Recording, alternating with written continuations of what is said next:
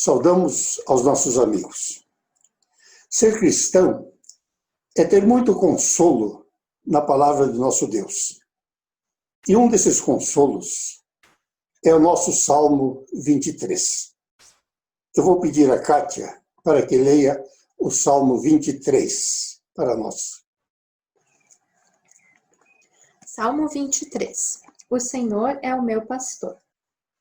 O Senhor é o meu pastor, nada me faltará. Ele me faz repousar em pastos verdejantes. Leva-me para junto das águas de descanso.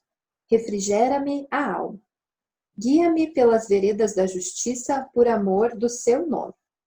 Ainda que eu ande pelo vale da sombra da morte, não temerei mal nenhum, porque tu estás comigo. A tua vara e o teu cajado me consolam. Preparas-me uma mesa na presença dos meus adversários. Unges-me a cabeça com óleo, o meu cálice transborda. Bondade e misericórdia certamente me seguirão todos os dias da minha vida, e habitarei na casa do Senhor para todo sempre. Estimados amigos, nós queremos basear a nossa mensagem de hoje na carta do apóstolo Paulo aos Filipenses, capítulo 3, versos 7 e 8, onde lemos: Mas o que para mim era lucro, isso considerei perda por causa de Cristo. Sim, deveras considero tudo como perda, por causa da sublimidade do conhecimento de Cristo Jesus, meu Senhor, por amor do qual perdi todas as coisas e as considero refúgio para ganhar a Cristo. Prezados ouvintes, vale a pena ser cristão? Ou ainda não chegastes a refletir sobre essa pergunta? Vale a pena ser cristão? Cristão sincero, devoto, dedicado? Temo que a maioria dos homens, por sua conduta e por sua maneira de se manifestar a respeito deste assunto, tenham a seguinte ideia: não vale a pena ser cristão. Amigo, não vale a pena ser cristão caso procurarmos na religião unicamente o restabelecimento da nossa saúde abalada, por meio de curas milagrosas, isto é, por meio de interferência imediata e sobrenatural. Deus faz milagres, mas jamais deseja comprar cristãos por este preço. Antes de tudo, Jesus quer sarar a nossa alma da terrível enfermidade do pecado. Jesus não procura a nossa felicidade material, a nossa felicidade terrena, que é fugaz e passageira. Por isso, tendo a seus pés o paralítico, antes de mais nada, Jesus lhe diz: tem bom ânimo, filho, estão perdoados os teus pecados, Mateus 9:2. E só depois disso, ele o curou de sua enfermidade. E Paulo, que tudo considera perda por causa de Cristo, revela que ele estava atormentado por um terrível mal, que ele havia trazido muitos problemas. E Paulo diz que implorou a Deus 3 vezes, com insistência, talvez dias de jejum, para que Deus o livrasse desse sofrimento, desse tormento. Mas Deus queria que permanecesse assim. E por isso, em 2 Coríntios 12, 9, nós lemos, Deus diz: a minha graça te basta, porque o poder se aperfeiçoa na fraqueza. Amigo, não vale a pena ser cristão caso esperarmos sermos aclamados e aplaudidos pelo mundo por realizações dentro da igreja e da sociedade. Ao contrário, Jesus adverte aos discípulos e também a nós, dizendo o seguinte: se vós fosseis do mundo, o mundo amaria o que era seu. Como todavia não sois do mundo, pelo contrário, dele vos escolhi, por isso o mundo vos odeia.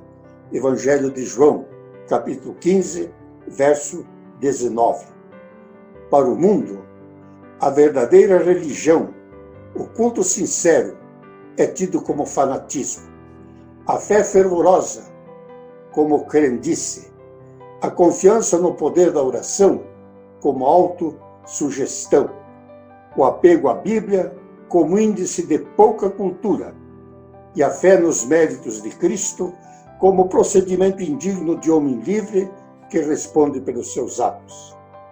Paulo, que tudo considera perda por causa de Cristo, levanta-se do chão e, cambaleando, segue seu caminho de evangelizador, levando em seu corpo as marcas do apedrejamento que o prostrara como morto, perto de Listra, num campo perto de Listra, para mais tarde declarar, em 1 Coríntios 4, 12 e 13, o seguinte: até agora temos sido considerados lixo do mundo, escória de todos.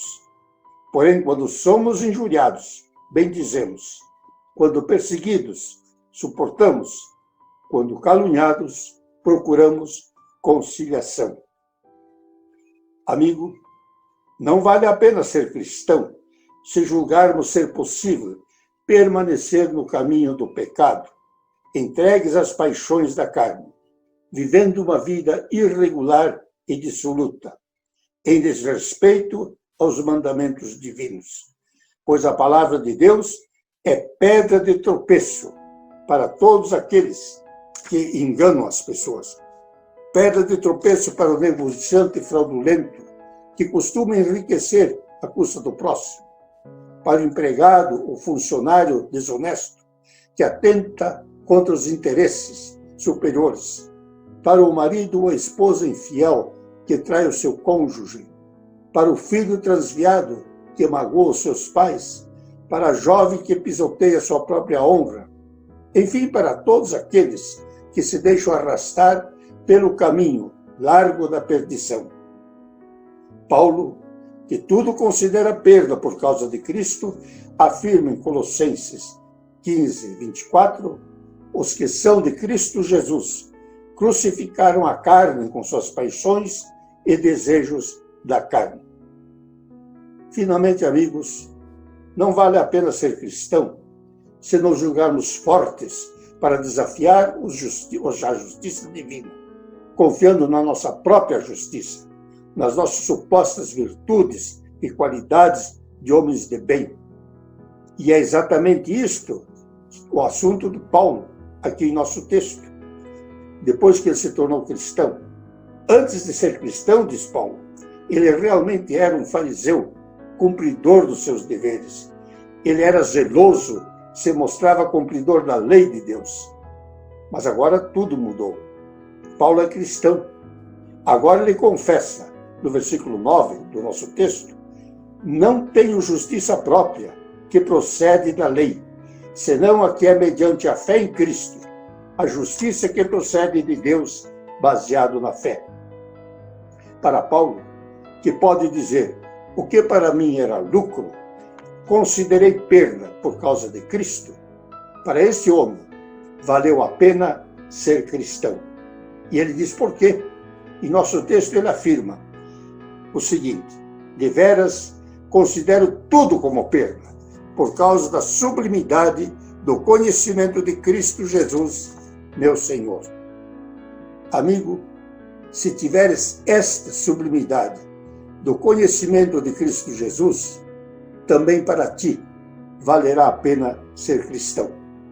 Pois Jesus é teu amigo. Ele quer te ajudar. Ele veio ao mundo para te salvar, para salvar a tua alma. Ele levou sobre si os teus pecados, todas as tuas faltas, por mais graves que elas tenham sido, por mais horríveis que foram, imundas e chocantes, que porventura você tenha cometido. Morreu por ti na cruz do Calvário, pagou as tuas culpas e com seu sangue inocente pagou todos os teus pecados a Deus e te conseguiu o perdão eterno, o perdão de todas as dívidas. E com a sua gloriosa ressurreição te trouxe vida imperecível com Deus. Te garantiu que como ele ressuscitou, tu também ressuscitarás e viverás eternamente com ele. Dessa forma, Jesus te apresenta agora ao Pai, a ti pecador, que a Ele se aconchegas arrependido e crente, como se fosse agora um justo e santo Filho de Deus, herdeiro da bem-aventurança celestial. Assim Jesus te apresenta ao Pai, e Ele intercede por ti, da mesma maneira como Ele intercedeu por seus discípulos, como nós lemos em João 17, 24, onde Jesus diz: Pai, a minha vontade é que onde eu estou, também estejam comigo aqueles que me deste, para que vejam a minha glória que me conferiste. Ele quer acompanhar-te nos caminhos da vida, quer entrar em teu lar, abençoar tua família, proteger teus filhos, confortar os doentes, consolar os aflitos, fortalecer os fracos da fé e conceder paz e sossego às almas angustiadas.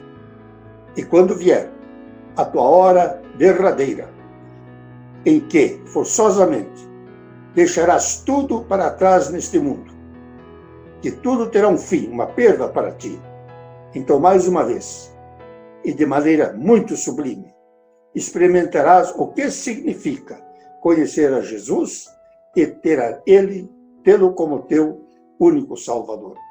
Então sim poderás dizer o que foi lido há pouco no Salmo 23. Ainda que eu ande pelo vale da sombra da morte, não temerei mal nenhum, porque tu estás comigo. E aí triunfarás também com o apóstolo Paulo, dizendo: perdi todas as coisas para ganhar a Cristo. Sim, valeu a pena. Perdi tudo, ganhei tudo. Amém. E o amor de Deus, que é maior que toda a nossa intenção, todas as nossas decisões, esteja sempre contigo e te acompanhe em todos os passos da vida. Amém.